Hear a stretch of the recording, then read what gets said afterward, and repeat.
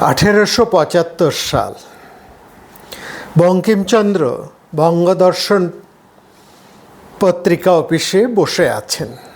তিনি তখন পত্রিকার সম্পাদক।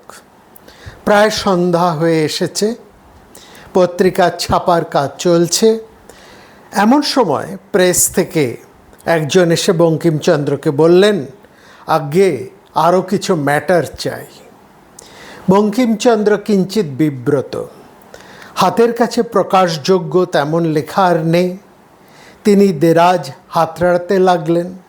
সেখানে রয়েছে অর্ধসমাপ্ত অসম্পূর্ণ কিছু পাণ্ডুলিপির খসড়া।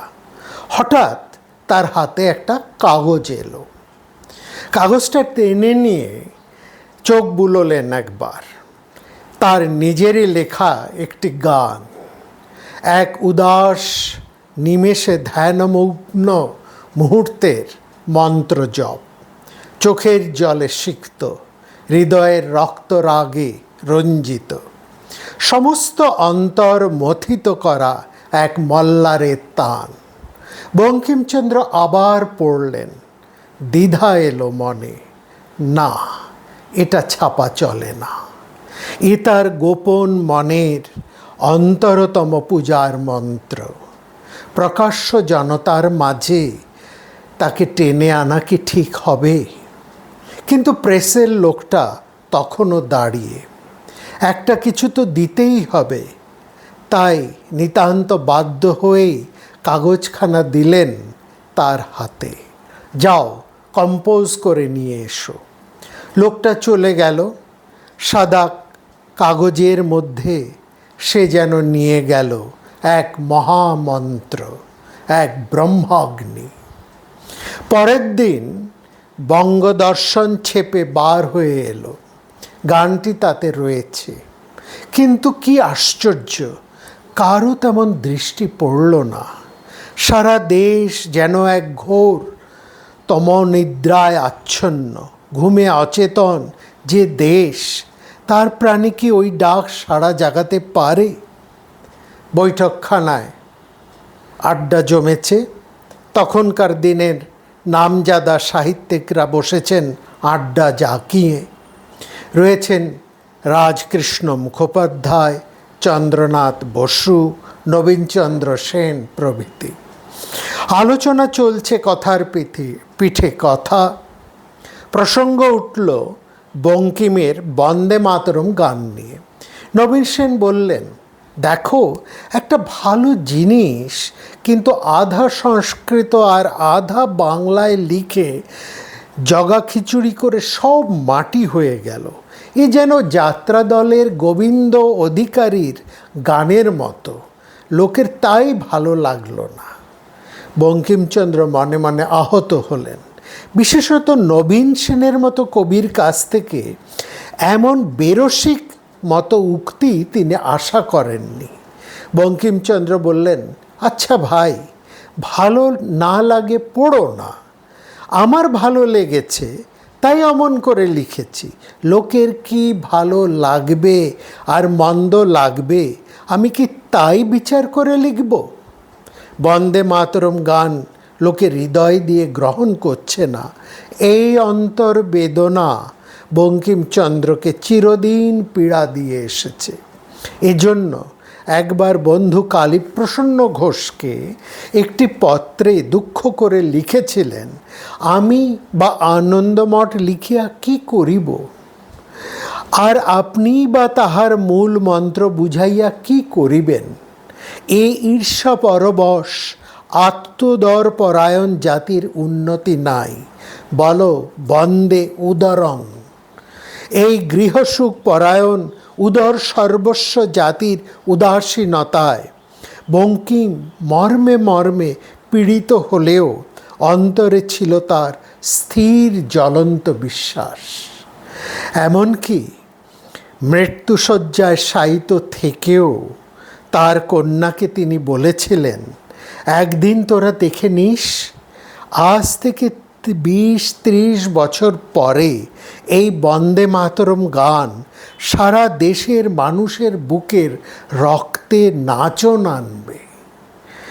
কিন্তু বঙ্কিমচন্দ্র কোথা থেকে পেয়েছিলেন এই স্থির বিশ্বাস? কিসের জোরে তিনি এত বড় একটা ভবিষ্যৎবাণী করতে পেরেছিলেন? কেননা যে মুহূর্তের প্রেরণায়, যে অমোঘ শক্তির চাপে তিনি এই গান লিখতে উদ্বুদ্ধ হয়েছিলেন, সে এক দুর্লভ অবিস্মরণীয় দৈব মুহূর্ত। বঙ্কিম সারা জীবনে তা কোনোদিন ভুলতে পারেননি। সাহিত্য সম্রাটের সমগ্র সৃজন প্রতিভার এত বড় দুর্লভ মুহূর্ত বোধহয় কোনোদিনই আর আসেনি। সেদিন বাড়িতে দুর্গোৎসব, মহা অষ্টমীর রাত্রি। বঙ্কিমচন্দ্র আর অগ্রজ সঞ্জীবচন্দ্র বসে আছেন পূজা মণ্ডপে। একজন কীর্তন গায়ক গান করছেন বলরাম দাসের একটি পদ, এসো এসো বধূ এসো, আধো আচরে বসো, নয়ন ভরিয়া তোমারে দেখি, অনেক দিবসে মনেরও মানসে, তোমা ধন মিলাইলা বিধি। গানের মধ্যে কি ছিল জানি না, গায়কের সুরের মধ্যে কি ছিল তাও জানি না, কিন্তু বঙ্কিমের অন্তরে সেই মুহূর্তে পুঞ্জিত ছিল এক দৈব ভাব। বঙ্কিম অভিভূত, এক উদ্বেল আনন্দ তার চেতনায় নতুন উপল বিদ্ধর দুয়ার উন্মোচন করে দিল। কীর্তন গায়ক আরও অনেক গান করলেন, কিন্তু ওই একটি গানের পদ বারবার তার মনে গুঞ্জরিত হতে লাগল। এমনই আবিষ্টভাবে মহা অষ্টমীর রাত ভোর হয়ে গেল। বঙ্কিম নিজেই তার উপলব্ধির কথা লিখেছেন। যখন এই গান প্রথম কর্ণ ভরিয়া শুনিয়াছিলাম, মনে হইয়াছিল, বঙ্কিমচন্দ্র লিখছেন, নীল আকাশ তলে ক্ষুদ্র পক্ষী হইয়া এই গীত গাই। মনে হইয়াছিল সেই বিচিত্র সৃষ্টি কুশলী কবির সৃষ্টি দৈববংশী লইয়া মেঘের উপরে যে বায়ুস্তর, শব্দ শূন্য, দৃশ্য শূন্য, পৃথিবী যেখান হইতে দেখা যায় না, যেখানে বসিয়া সেই মুরলিতে একা এই গীত গায়। এই গীত কখন ভুলিতে পারিলাম না, কখনো ভুলিতে পারিব না। অন্তরাত্মার এই শ্রুত ধৌত নিবিড় পবিত্র জাগরণের মুহূর্ত কি কখনো ভোলা যায়? বঙ্কিম তাই ভুলতে পারেননি। বঙ্কিমের জীবনে সে এক আধ্যাত্মিক বিপ্লবের মাহেন্দ্রক্ষণ। ঠিক এর আগের দিনের ঘটনা, সপ্তমী পূজার রাত, বঙ্কিম প্রতিমা দর্শন করলেন। হঠাৎ যেন তার অন্তর্জগৎ দুলে উঠল। সে যেন এক ব্রহ্মোপলব্ধি। বঙ্কিমের নিজের কথাই উদ্ধৃত করি। দেখিলাম, বঙ্কিমচন্দ্র লিখছেন, অকস্মাৎ কালে স্রোত দিগন্ত ব্যাপিয়া প্রবল বেগে ছুটিতেছে। আমি ভেলায় চড়িয়া ভাসিয়া যাইতেছি। দেখিলাম অনন্ত অকুল অন্ধকারে বার্তা বিক্ষুব্ধ তরঙ্গ সংকুল সেই স্রোত, মধ্যে মধ্যে উজ্জ্বল নক্ষত্রগণ উদয় হইতেছে, নিবিতেছে, আবার উঠিতেছে। কি চমৎকার বঙ্কিমচন্দ্রের রচনা! লিখছেন তিনি, আমি নিতান্ত একা, একা বলিয়া ভয় করিতে লাগিল। নিতান্ত একা, মাতৃহীন, মা মা করিয়া ডাকিতেছি। আমি এই কাল সমুদ্রে মাতৃ সন্ধানে আসিয়াছি। কোথা মা? কই আমার মা? এই ঘোর কাল সমুদ্রে কোথায় তুমি? সহসা স্বর্গীয় বাদ্যে কর্ণরন্ধ্র পরিপূর্ণ হইল। দিকমণ্ডলে প্রভাত অরুণোদয়বৎ লোহিত উজ্জ্বল আলোক বিকীর্ণ হইল। স্নিগ্ধ মন্দ পবন বহিল সেই তরঙ্গ সংকুল জলরাশির উপরে। দূরপ্রান্তে দেখিলাম সুবর্ণমণ্ডিতা এই সপ্তমীর শারদীয়া প্রতিমা। জলে হাসিতেছে, ভাসিতেছে, আলোক বিকীর্ণ করিতেছে। এই কি মা? হ্যাঁ, এই মা। চিনিলাম, এই আমার জননী জন্মভূমি। এই মৃন্ময়ী মৃত্তিকা রূপিণী অনন্ত রত্নভূষিতা এক্ষণে কাল গর্ভে নিহিতা। রত্নমণ্ডিত দশভুজ, দশ দিকে প্রসারিতা। তাহাতে নানা আয়ুধ রূপে নানা শক্তি শোভিত। পদতলে শত্রু বিমর্দিত, পদাশ্রিত বীরজন কেশরী শত্রু নিপীড়নে নিযুক্ত। এ মূর্তি দেখিব না, আজ দেখিব না, কাল দেখিব না, কালস্রোত পার না হইলে দেখিব না, কিন্তু একদিন দেখিব। দিগ্ভুজা নানা প্রহরণ প্রহারিণী, শত্রু মর্দিনী, বীরেন্দ্র পৃষ্ঠ বিহারিণী, দক্ষিণে লক্ষ্মী ভাগ্যরূপিণী, বামে বাণী বিদ্যা বিজ্ঞান মূর্তিময়ী, সঙ্গে বলরূপী কার্তিকেয়, কার্যসিদ্ধিরূপী গণেশ। আমি সেই কালস্রোতের মধ্যে দেখিলাম এই সুবর্ণময়ী বঙ্গ প্রতিমা। বঙ্কিমচন্দ্র লিখছেন কমলাকান্তের তার এই অন্তরতম আধ্যাত্মিক উপলব্ধির কথা। তার সেই বীরেন্দ্র পৃষ্ঠ বিহারিণী দুর্গতি নাশিনী দুর্গা একই সঙ্গে হলেন আবার সর্বমঙ্গলা শিবে সর্বার্থ সাধিকা স্বদেশ জননী। সেই চিন্ময়ী, সেই মৃন্ময়ী। মার মাটি আলাদা নয়। দেশের মাটিকে যে মা বলে ভক্তি করতে পূজা করতে না পারে সে মাতৃহীন। বঙ্কিমের কথায় মাতৃহীনের দেশ নাই। বন্দে মাতরম এই গানটি বঙ্গদর্শনে প্রকাশিত হলো, কিন্তু দেশের শিক্ষিত জ্ঞানীগুণীর নজরে তেমন পড়ল না। তাই হয় জীবনের যা কিছু মহৎ তার আবির্ভাব এমন করেই হয় নিঃশব্দ সঞ্চারে, অনাড়ম্বর অভ্যর্থনাহীন রবাহুতের মতো। তবু ভোরের পাখি যেমন অন্ধকারের মধ্যে ডেকে উঠে জানিয়ে দেয় যে আলো আসছে, তেমনি করেই সমাগত মহতের মঙ্গল রাত্রির জন্য দু একটা দ্বীপ যে জ্বলে না তাও নয়। বন্দে মাতরম গানের মধ্যে যে মহাসমুদ্রের কলধ্বনি তা যেন অনুভব করেছিলেন বিখ্যাত সঙ্গীত সম্রাট যদু ভট্ট। বন্দে মাতরম গানের প্রথম সুরকার ও গায়ক তিনি। যদু ভট্টই প্রথম সুর দিয়েছিলেন বন্দে মাতরমের রাগ মল্লার, তান কাওয়ালি। তার অনেক পরে বন্দে মাতরম প্রকাশিত হলো 1882 খ্রিস্টাব্দে। বলা যেতে পারে বন্দে মাতরমের শত্রু বিমর্দিনী বরাভয় দাত্রী মাতৃমূর্তির কল্পনায় বঙ্কিমের অন্তরে দীর্ঘকাল লালিত হয়ে অবশেষে উপযুক্ত পূর্ণাঙ্গ এক জীবন্ত কাহিনীতে পরিণত হয়েছে আনন্দমঠে। আনন্দমঠ প্রকাশিত হবার পরেই বন্দে মাতরম লোকপ্রিয়তা লাভ করে। বালক পত্রিকা প্রকাশিত হবার পরে, এই বালক পত্রিকায় বন্দে মাতরম প্রকাশিত হবার পরে বলেনেন্দ্রনাথ ঠাকুর বঙ্কিমের স্বদেশ মাতৃকার আরাধনার স্বপ্নে উদ্বুদ্ধ হয়ে ভারতীয় বালক পত্রিকাতে 1887 খ্রিস্টাব্দে লিখলেন, সাহিত্যের বলে, হৃদয়ের বলে, ধর্মের বলে বলিয়ান বাঙালি পৃথিবীর বুকের ওপরে বৈজয়ন্তী উড়াইয়া দিবে। সেই জয় চিহ্নের পাদদেশে ভারত বাঙালির সুরে বাঙালির গান গাইবে বন্দে মাতরম।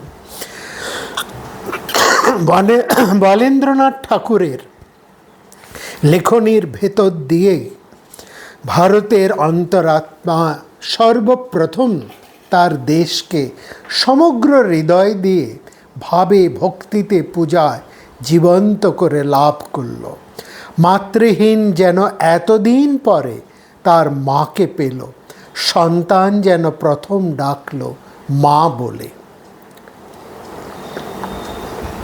আনন্দ মঠের জ্যোৎস্নাময়ী রজনীতে সেই নির্জন অরণ্য মধ্যে ভবানন্দের এক কলি গান শুনে মহেন্দ্র জিজ্ঞাসা করল, সুজলা সুফলা মলয়জ শীতলা শস্য শ্যামলা মাতা কে?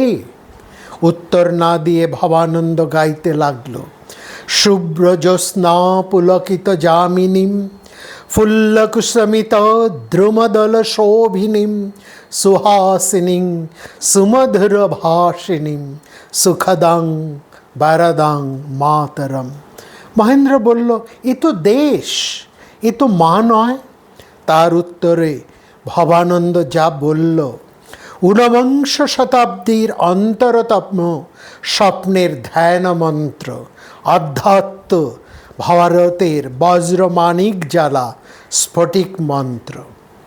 ভবানন্দ বলল, আমরা অন্য মা জানি না, বজ্রমাণিকের এই মাই আমাদের জননী। জননী জন্মভূমিশ্চ স্বর্গাদপি গরীয়সী। আমরা বলি জন্মভূমি জননী, আমাদের মা নাই, বাপ নাই, ভাই নাই, বন্ধু নাই, স্ত্রী নাই, পুত্র নাই, ঘর নাই, বাড়ি নাই, আমাদের আছে কেবল সেই সুজলা সুফলা মলয়জ সমীরণ শীতলা শস্য শ্যামলা। মহেন্দ্র বলিল, তবে আবার গাও। ভবানন্দ গান ধরিল, বন্দে মাতরম সুজলাং সুফলাং মলয়জ শীতলাং শস্য শ্যামলাং মাতরম। মহেন্দ্র তখন সবিস্ময়ে জিজ্ঞাসা করিল, তোমরা কারা? ভবানন্দ বলিল, আমরা সন্তান। ঊনবিংশ শতাব্দীর ভারত যেন হঠাৎ আত্মসচেতন হয়ে ভবানন্দের কণ্ঠে কথা বলে উঠল, আমরা সন্তান, আমরা সন্তান।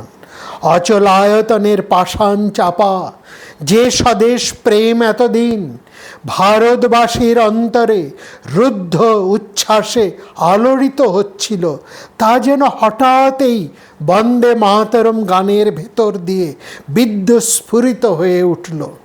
দেশের অন্তর্নিরুদ্ধ আবেগ এক দিগন্তব্যাপী ওঙ্কারে আবরিত হয়ে উঠল। তা হলো এই বজ্রচন্দনে মাখা এক মহাসঙ্গীত, পূজার মন্ত্র, প্রেমের মন্ত্র, এই গান বন্দে মাতরম।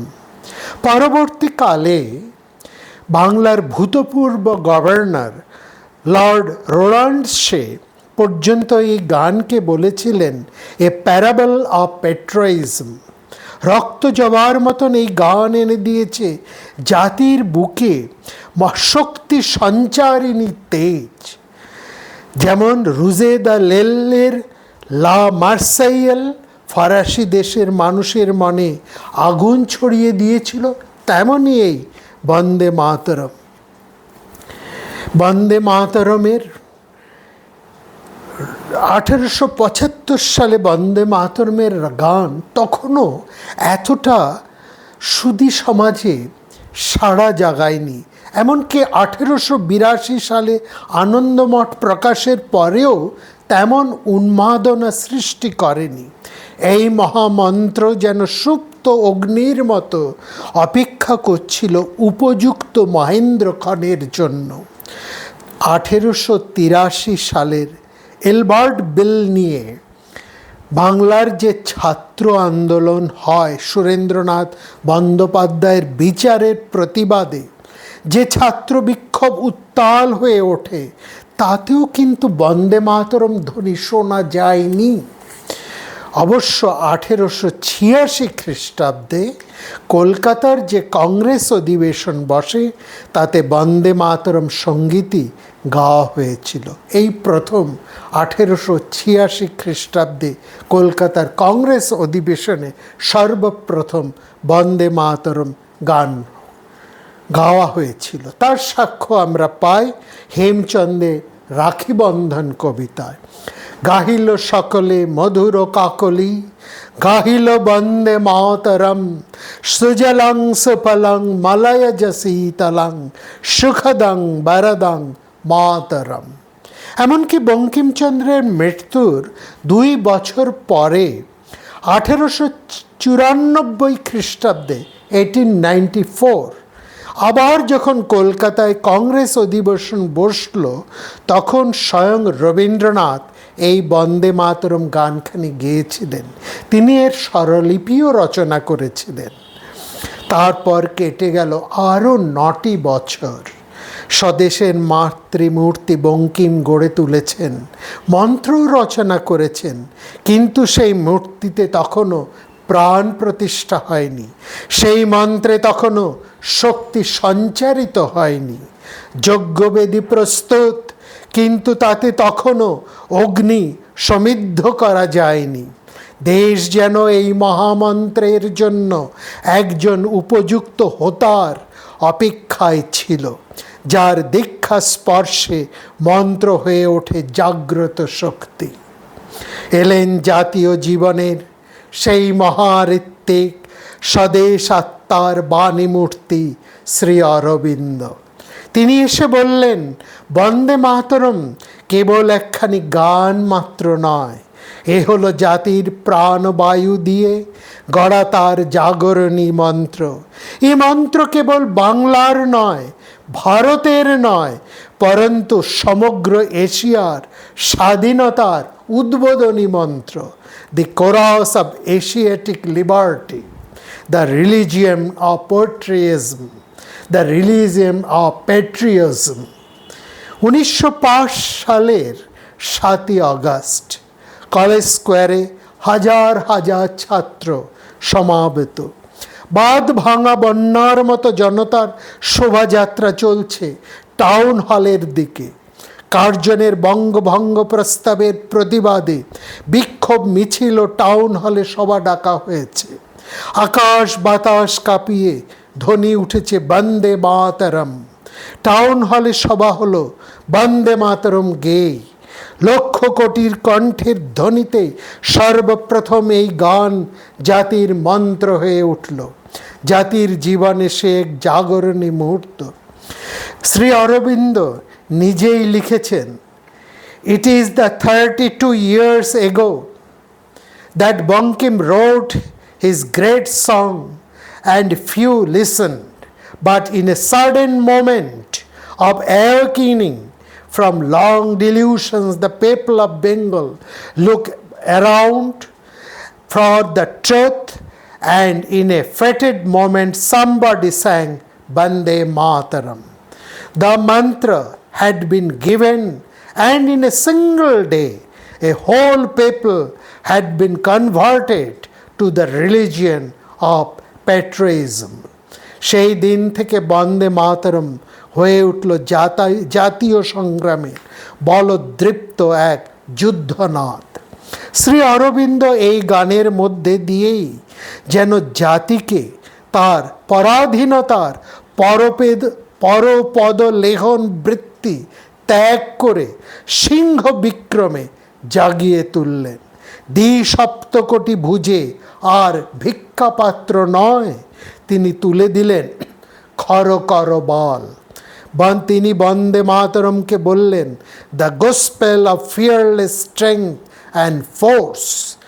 সেই শিকল ভাঙার গানের, সেই প্রাণ মাতানো যুগের পাঞ্চজন্য হল বন্দে মাতরম।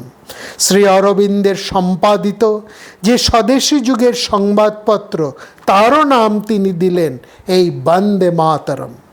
এ তখন আর কেবল গান নয়, নাম নয়, এ হলো মন্ত্র। রবীন্দ্রনাথ বললেন স্বদেশী আত্মা। 1906 সাল 14ই এপ্রিল বরিশালে কংগ্রেস অধিবেশন। কলকাতা থেকে যেসব জাতীয় নেতারা লঞ্চে করে বরিশালের কূলে নামছেন, নদীর ঘাটে অপেক্ষাগান জনতা তাদের স্বাগত জানাচ্ছে বন্দে মাতরম ধ্বনি দিয়ে। ইংরেজের কাছে সেই ধ্বনি তখন একটা ওয়ার ক্রাই। আতঙ্কিত ভীত সাম্রাজ্য শক্তি বিচলিত হয়ে শেষ পর্যন্ত আইন করে এই গান গাওয়া নিষিদ্ধ করে দিল। পুলিশ লাঠি চার্জ করে বরিশাল কনফারেন্সও ভেঙে দিল, কিন্তু বন্দে মাতরম ধ্বনি বন্ধ করতে পারল না। সমুদ্র ভারত তখন এই বহুবলধারিণী মন্ত্রে উদ্দাম হয়ে উঠেছে। রাজশক্তি তার কাছে তুচ্ছ। বরিশাল কনফারেন্সের সেই লণ্ডভণ্ডের মধ্যে কিশোর বালক চিত্তরঞ্জন ছোট্ট হাতের মুঠি আকাশে তুলে ধ্বনি দিচ্ছে বন্দে মাতরম, আর পুলিশের অনেকগুলি লাঠি এসে পড়ল তার মাথায়। রক্তাক্ত দেহে বালক লুটিয়ে পড়েছে, কিন্তু তবু বন্দে মাতরম ধ্বনি একবারও বন্ধ হয়নি। পরে সুস্থ হয়ে বালক চিত্তরঞ্জন তার বাবাকে বলেছিল, বাবা, পুলিশ যতবার আমাকে লাঠি মেরেছিল আমি কিন্তু ততবার বন্দে মাতরম বলেছি, আমাকে ওরা চুপ করাতে পারেনি। শুধু বরিশাল নয়, কেবল বালক চিত্তরঞ্জনের কণ্ঠেও নয়, দেশের সর্বত্র, স্কুলে, কলেজে, হাটে, বাজারে, রাস্তায়, ঘাটে, কোর্টে, কাচারিতে সর্বত্র এক ধ্বনি, বন্দে মাতরম। বাংলায়, পাঞ্জাবে, মহারাষ্ট্রে সর্বত্র এই গানের দুটি কোমল কলি রেশমি সুতোর মতো সকল হৃদয়কে এক করে দিল। দাক্ষিণাত্যের তামিল কবি সুব্রমণিয়ম ভারতী বন্দে মাতরম নিয়ে লিখলেন তামিলে এক স্বদেশী সঙ্গীত। সেই গানের আবেদন এমন মর্মস্পর্শী ছিল যে নরমপন্থী দলের একজন নেতা ভি কৃষ্ণ স্বামী আয়ার নিজের খরচে গানটি 10,000 কপি ছেপে বিতরণ করে দিলেন। 1707 সালের 16ই এপ্রিল তার বন্দে মাতরম পত্রিকায় শ্রী অরবিন্দ এই গানকে সর্বপ্রথম অভিনন্দিত করলেন, ঘোষণা করলেন, এ গান হলো ভারতের জাতীয় সঙ্গীত, the great song which has become the national anthem of United India. Bande Mataram এর অগ্নি তরঙ্গ কেবল ভারতেই নয়, খাস ইংল্যান্ড পর্যন্ত চাঞ্চল্য সৃষ্টি করল। ইংল্যান্ডের পত্রপত্রিকায় তর্ক বিতর্কের ঝড় উঠল। কি ব্যাপার, কি এমন এই গান যা নিয়ে এত কাণ্ড ভারতে?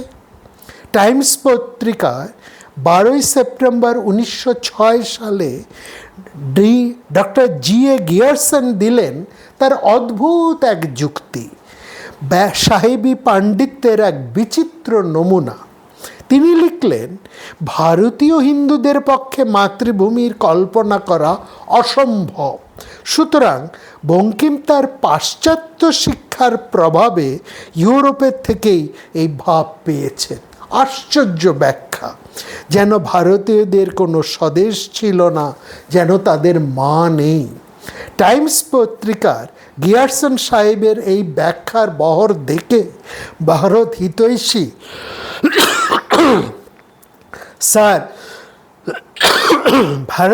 হিতৈষী স্যার হেনরি কটন তিনি এগিয়ে এলেন। ঠিক পরের দিন অর্থাৎ 13ই সেপ্টেম্বর 1906 টাইমস পত্রিকাতেই তিনি লিখলেন, বন্দে মাতরমের যে ব্যাখ্যা গিয়ারসন করেছেন সেটা সঠিক নয়। বন্দে মাতরম হলো মাতৃভূমির বন্দনা গান। বঙ্গভূমিকেই এখানে মাতৃভূমি বলে কল্পনা করা হয়েছে, ইংরেজ নিধনের উদ্দেশ্যে নয়। এই বলে W.H. লি সাহেব বন্দে মাতরম গানের স্বচ্ছন্দ অনুবাদের কিছু অংশও তিনি উদ্ধৃত করে দিলেন। এই নিয়ে ইংল্যান্ডের শিক্ষিত মহল বাগ বিতণ্ডায় সরব হয়ে উঠল। যাই হোক, 7ই আগস্ট 1906 সালে টাউন হলে যে বজ্রনাদি ধ্বনি উঠেছিল, 1906 সালের 7ই আগস্ট টাউন হলে যে বজ্রনাদি ধ্বনি তো হয়েছিল, সেই দিন থেকে ওই ধ্বনির আর বিরাম নেই। বাংলা ছাড়িয়ে সারা ভারতবর্ষের রক্ত ধমনীতে তা অগ্নিস্রোতে সঞ্চারিত হতে লাগলো। এ যেন এক আশ্চর্য জীবন কাঠির স্পর্শে মরা দেশের প্রাণ এক নিমেষে জেগে উঠল। সতীশচন্দ্র মুখোপাধ্যায় তার বিখ্যাত ডন পত্রিকায় লিখলেন, কোন বাঙালির হৃদয় এ দুটি জাদুময় শব্দে দ্রুত বেগে স্পন্দিত না হয়। স্বর্গত বঙ্কিমচন্দ্র চট্টোপাধ্যায় তার অমর গ্রন্থ আনন্দমঠে প্রথম যেদিন রচনা করলেন এই হৃদয় মাতানো আত্মোদ্দীপক গান, যার প্রথম দুটি শব্দ এই নবীন বাংলাকে দিয়েছে সংগ্রামের ধ্বনি ও সুমহান প্রেরণা, তখন কি তিনি স্বপ্নেও ভেবেছিলেন এই অলৌকিক আশ্চর্য রূপান্তরের কথা, যে তার ওই দুটি শ্রুতি মধুর শব্দ একদিন হয়ে উঠবে তারই অধঃপতিত দেশবাসীর আশা আকাঙ্ক্ষার নিয়ামক? সমস্ত আকাশ জুড়ে আজ বাজছে বন্দে মাতরম। কলকাতার অলিতে গলিতে এবং দেশের অন্যান্য অংশে বেজে চলেছে ওই দুটি পবিত্র মহামন্ত্রে প্রতিধ্বনি। বন্দে মাতরম আজ দেশবাসীর হৃদয়ের গভীরে তুলেছে আলোড়ন। 29শে জানুয়ারি 1907 সালে বোম্বাই থেকে অমরাবতীতে কেবল এই গানখানির উপরেই এক দীর্ঘ ভাষণ দিলেন শ্রী অরবিন্দ। বললেন, এ শুধু একখানি গান নয়, এ হলো জাতির অন্তরাত্মার উদ্বোধনী মন্ত্র। সেই বক্তৃতায় শ্রী অরবিন্দ বন্দে মাতরম সঙ্গীতের ইতিহাস ও তাৎপর্য ব্যাখ্যা করে সকলকে উদ্দীপ্ত করে বললেন, যেমন ব্যক্তির তেমনি জাতিরও আছে জীবনের তিনটি স্তর বা কোষ, স্থূল, সূক্ষ্ম এবং কারণ। জাতির সমাজ জীবনের স্থূল স্তরের অস্তিত্বের চেয়ে বেশি সত্য তার অন্তরাত্মার সত্য। জাতির সেই অন্তরাত্মার সত্যকে দেখতে পান একমাত্র সত্য দ্রষ্টা ঋষি ও যোগী। বঙ্কিম হলেন ভারতের সেই ঋষি এবং যোগী। তিনি দেশের অন্তরাত্মার সত্যকেই শুধু দেখেননি, তিনি তার মন্ত্ররূপ দিয়েছেন এই বন্দে মাতরম গানে। একথা অবশ্যই উল্লেখ করার, শ্রী অরবিন্দই সর্বপ্রথম বঙ্কিমচন্দ্রকে ঋষি বলে সম্বোধন করেছিলেন এবং তিনি এই প্রসঙ্গে বলেছিলেন যে ঋষি বলতে আমরা যেটা বুঝি এ নয় যে সে একজন অধ্যাত্ম সাধকের একটা বিরাট অন্য কোনো ঐশী চরিত্র হবে। ঋষি হচ্ছেন তিনি, যিনি অনাগত ভবিষ্যৎকে দূর থেকে স্পষ্টভাবে দেখতে পান এবং যিনি প্রত্যক্ষ বুঝতে পারেন শক্তির স্বরূপকে। তিনি তার মধ্যে আদর্শ চরিত্রের পবিত্রতার সৌকর্য নাও থাকতে পারে, কিন্তু তিনি কি ছিলেন সেটা বড় কোনো কথা নয়। তিনি যা প্রকাশ করেছেন তাতেই তার মহত্বের পরিচয়। কোনো জাতি অথবা সমগ্র মানব সমাজকে দেবার ছিল এক মহান সঞ্জীবিনী বাণী, আর ভগবান এই ব্যক্তিরকেই বেছে নিয়েছিলেন সেই বাণীকে বাঙ্ময় করতে। অর্থাৎ সর্ব অর্থেই তিনি হলেন ঋষি, যার মধ্যে যিনি আজ থেকে বহু বছর আগে এমন কিছুকে দেখেছেন যা তার জীবনের পরেও সমগ্র দেশ, সমগ্র জাতি, শুধু তাই নয়, পৃথিবীর সমস্ত মুক্তিকামী মানুষকে এক মহামন্ত্রে উজ্জীবিত করেছেন। এই অর্থে বঙ্কিমচন্দ্র ঋষি। 1905 সালের 7ই আগস্ট এই মন্ত্র কণ্ঠে নিয়ে জাতি শপথ গ্রহণ করল। তারই 2 মাস পরে উত্তর কলকাতায় গড়ে উঠল বন্দে মাতরম সম্প্রদায়। একখানি গান নিয়ে এরকম একটি সম্প্রদায় গড়ে ওঠা বোধহয় পৃথিবীর ইতিহাসে আর নেই। এই বন্দে মাতরম সম্প্রদায়ের সভাপতি হলেন কুমার মন্মথনাথ মিত্র, সম্পাদক সুরেশচন্দ্র সমাজপতি, কোষাধ্যক্ষ অমৃতলাল মিত্র। এই সম্প্রদায়ের একমাত্র উদ্দেশ্য হল বন্দে মাতরম গানকে জনসাধারণের মধ্যে প্রচার করা। প্রতি রবিবার সকালে কলকাতার পথে পথে এই সম্প্রদায়ের দল প্রভাত ফেরি করে বন্দে মাতরম গান গেয়ে চলত। এইরকম একটি প্রভাত ফেরিতে স্বয়ং রবীন্দ্রনাথও যোগ দিয়েছিলেন। মাঝে মাঝে আসতেন দ্বিজেন্দ্রলাল রায়। এছাড়া এই গান ছাড়া যেন দেশের মানুষের আর কোনো কিছুতেই প্রাণ ভরে না। তাদের আনন্দের আনন্দ গান বন্দে মাতরম। এই স্বদেশী দিনে এই গানকে নিয়েই রচিত হয়েছে আরও কত শত গান। অশ্রু ঝরানো, ভুবন দোলানো সেই সব সুর। তেমন প্রমথনাথ দত্তের সেই ছন্দে ছন্দে নব আনন্দে গাওরে বন্দে মাতরম, নিত্য সত্য স্নিগ্ধ স্তব্ধ বলরে বন্দে মাতরম, কিংবা কালীপ্রসন্নের মাগো যায় যেন জীবন চলে, শুধু জগৎ মাঝে তোমার কাজে বন্দে মাতরম বলে। সুন্দরী মোহনের মোরা পেয়েছি নবদীক্ষা, এই নবীন যুগের নবীন মন্ত্র এই বন্দে মাতরম।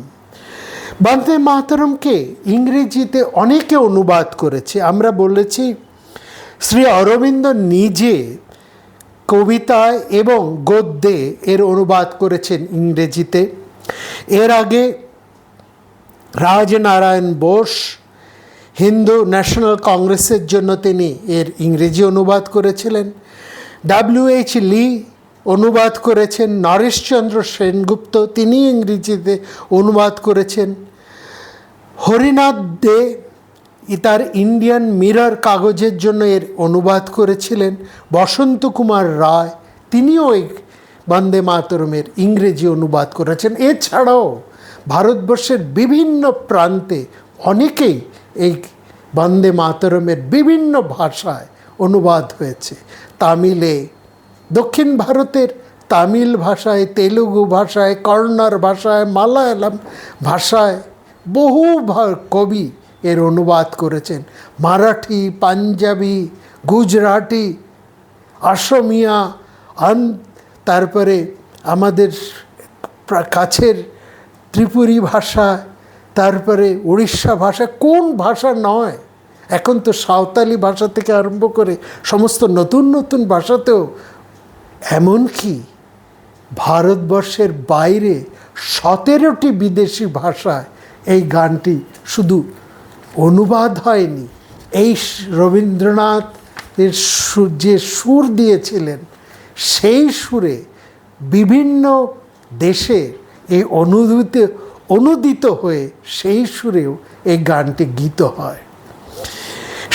এখানে আমরা দেখছি একটি চমৎকার ঘটনা।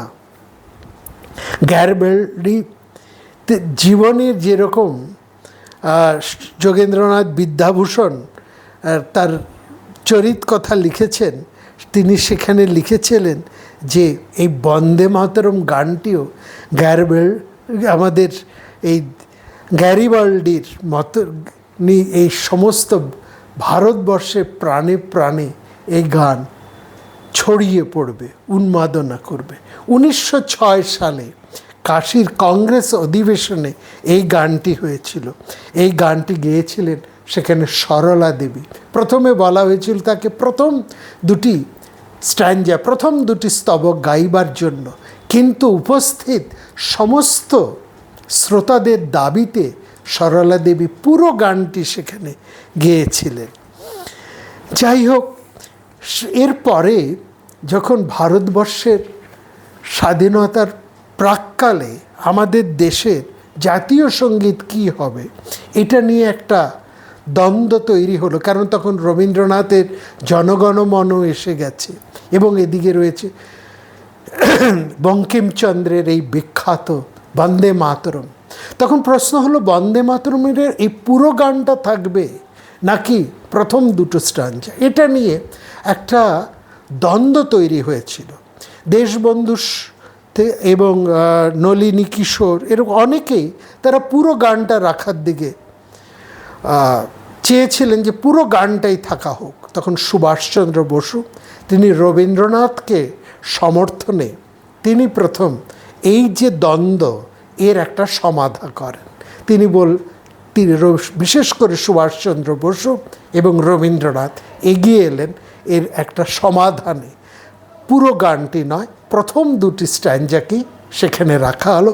এবং সবচেয়ে বড় কথা, সেখানে ঠিক হলো যে বন্দে মাতরম হবে আমাদের জাতীয় সঙ্গীত, অর্থাৎ অবিসংবাদিত জাতীয় সঙ্গীত হবে বন্দে মাতরম, আর একটি সঙ্গীত আর জাতীয় সুর সেটা হবে জনগণ মন। অর্থাৎ ন্যাশনাল সং হিসেবে থাকবে বন্দে মাতরম, আর জাতীয় সুর ন্যাশনাল অ্যান্থম হিসেবে থাকবেন রবীন্দ্রনাথের জনগণমন। জনগণমনের প্রথম স্তবক, এবং এটি হবে আমাদের জাতীয় সুর ন্যাশনাল অ্যান্থেম, এবং জাতীয় সঙ্গীত ন্যাশনাল সং হিসেবে বন্দে মাতরমের প্রথম দুটি স্তবক। জওহরলাল নেহেরু তার ভাষণে বললেন, Bande Mataram should continue to be the national song par excellence in India. The national anthem tune should be that of Janagana Mana. The wording of Janagana Mana is to be suitably altered to fit in with the existence circumstances. কারণ বন্দে মাতরমকে ঠিক সুর হিসেবে তোলার একটু অসুবিধে ছিল। যাই হোক, বন্দে মাতরম ভারতবাসীর অবিসংবাদী জাতীয় সঙ্গীত। কোন প্রস্তাব করে এটা স্থির হয়নি, এটা এসেছে প্রাণের থেকে। যেখানেই সভা হয়েছে, যেখানেই মুক্তির কথা হয়েছে, যেখানে জয়ধ্বনি উচ্চারিত হয়েছে, লাঠির আঘাতে, বেয়নেটের মুখে, রাইফেলের গুলির প্রত্যুত্তরে নিরস্ত্র ভারতবাসী নির্ভয়ে বলেছে বন্দে মাতরম।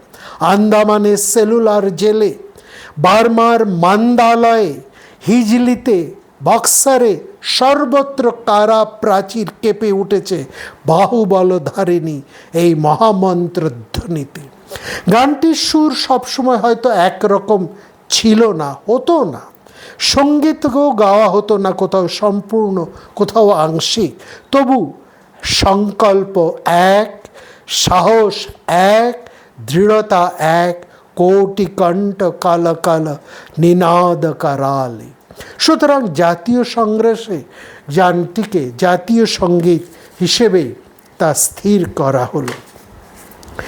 এখানে আমরা দেখলাম এই গানের মধ্যে দিয়েই আমরা ভারতের মঙ্গলময়ী মাতৃভূমিকে আমরা ভারতবাসী নতুন করে পেলাম। দেশ যে একখণ্ড মৃত্তিকা বা একটা জনসমষ্টি নয়, দেশ জাগ্রত মাতৃস্বরূপা। এই গানের ভেতর দিয়ে ভারত মাতা ষড়ৈশ্বর্য রূপিণী, সর্বশক্তি দায়িনী স্বদেশ লক্ষ্মী বলে আপনাকে ব্যক্ত করেছেন। মায়ের এই রূপ যে সন্তান মনশ্চক্ষে দেখেছে, সে কি আর অলস নিশ্চেষ্ট ভয়ে ভীত হয়ে থাকতে পারে? তার তখন নিদ্রা নেই, বিশ্রাম নেই, অন্য কোনো সুখ নেই।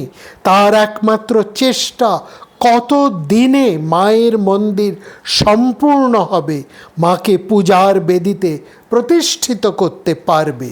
তাই এই গান যেদিন কোটি কণ্ঠে কালকাল নিনাদে উদ্গীত হলো, সেই দিনই দেশের স্বাধীনতার রক্তিমুষার স্বর্ণচ্ছটা পূর্ব দিগন্তে উদ্ভাসিত হয়ে উঠল। বঙ্কিমের কথায় বলতে হয়, মাতৃহীন যেন তার মাকে পেল। ইতিহাসে 200 বছর ধরে আমরা দেখেছি যেখানে ইংরেজের এই বন্দে মাতরম ধ্বনি রাজশক্তির কাছে কি ভয়ঙ্করই না হয়ে উঠেছে। সমুদ্র, হিমাচল, যেখানে এই শব্দ ধ্বনিত হয়েছে, যেখানে এই মন্ত্র ধ্বনিত হয়েছে, প্রাণ ভোমরা টান পড়লে রাক্ষস যেমন দিশাহীন হয়ে পড়ে, ইংরেজও সেরকম এই বন্দে মাতরম শুনে তার হিতাহিত জ্ঞান বুদ্ধি হারিয়ে বিচলিত হয়ে এমন সব কাণ্ড করত যা কোনো সভ্য জাতির পক্ষে কলঙ্কের বস্তু। তার দুই একটি দৃষ্টান্ত আমরা দিতে চাই। রংপুর জেলা স্কুলের 200 ছাত্রকে 1905 সালের নভেম্বর মাসে প্রত্যেককে সেই সময় 5 টাকা ফাইন করা হয়েছে।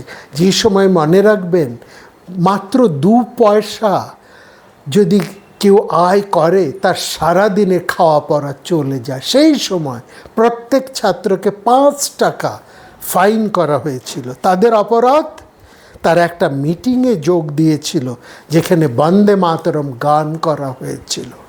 ঢাকার চিফ সেক্রেটারি 11ই নভেম্বর 1905 সালে একটা ফতোয়া জারি করে দিলেন এই বলে যে সমগ্র পূর্ববঙ্গে, বরিশালে, ময়মনসিংহে, রংপুরে, নোয়াখালীতে কেউ বন্দে মাতরম বলতে পারবে না। এমনকি বৃদ্ধ বা শিশুকেও রেহাই দেওয়া হয়নি।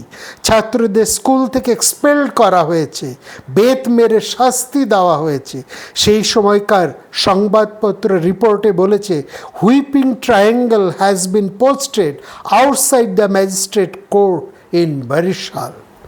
অমৃতবাজার পত্রিকার সাংবাদিক প্রতিনিধি বরিশাল থেকে লিখছেন, সাংবাদিক প্রতিনিধি লিখছেন বরিশাল থেকে, the police threatened with flogging in if anybody was found shouting Bande Mataram.